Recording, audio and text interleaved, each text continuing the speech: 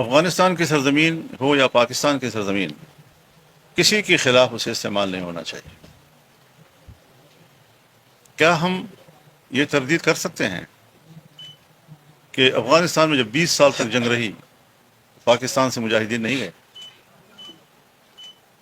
اور کیا اسٹیبلشمنٹ کی نگرانی میں نہیں گئے؟ کیا کرزئی صاحب نے یا اشرف غنی نے وہاں سے احتجاج کیا کہ پاکستان سے مداخلت ہو رہی ہے افغانستان کے اندر؟ کیا 20 سال کی اس جنگ میں ہم نے امریکہ کو اڈے نہیں دیے؟ ہم نے امریکہ کو فضائیں نہیں دیں؟ ان اڈوں اور فضاؤں سے گزر کر افغانستان پر حملے نہیں کیے گئے؟ وہاں کی طالبان حکومت نہیں پلٹی گئی؟ 20 سال تک بمباریاں ہوئی، کیا وہاں سے کوئی شکایت آئی کہ آپ کی سرزمین سے جہاز اڑ رہے ہیں، آپ کی فضائیں استعمال ہو رہی ہیں، ہم پر بمباریاں ہو رہی ہیں؟ تو اگر آدمی خود مضبوط ہو، ان کے اعصاب مضبوط ہوں اور خود اعتمادی اندر موجود ہوں، تو پھر مسئلہ بنانے کے لیے بہانے تلاش نہیں کرنے چاہیے۔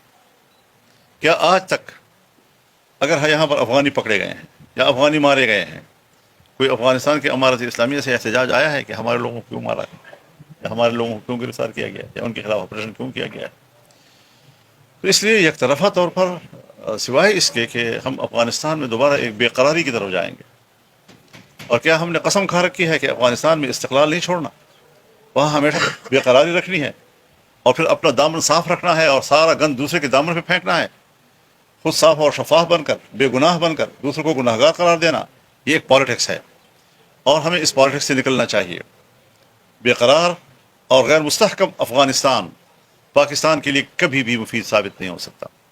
اور افغانستان کے اور بھی پڑوسی ہیں، لیکن سب سے طویل ترین سرحد پاکستان سے ملتی ہے، کوئی 2500 کلومیٹر پاکستان کے ساتھ مل رہے ہیں اس کے، جس کے دونوں طرف ایک ہی قوم آباد ہے، اور وہ پشتون قوم ہے۔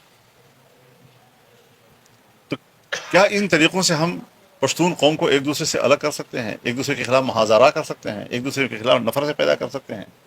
یہ ساری وہ پالیسیاں ہیں کہ جس پر میں یہ سمجھوں گا کہ ہمیں نظر ثانی کرنی چاہیے۔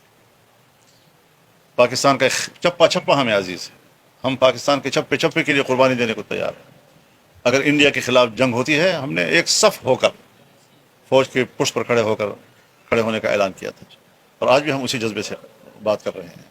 لیکن یہ ہے کہ جب معاملات پیچیدہ ہوں تو اس کو راہ راست پر لانے کی کوشش کرنی چاہیے، اور ہم اپنے ملک کے ساتھ ہیں، ملک کے وفادار ہیں، ملک کی بہتری کے لیے سوچیں گے۔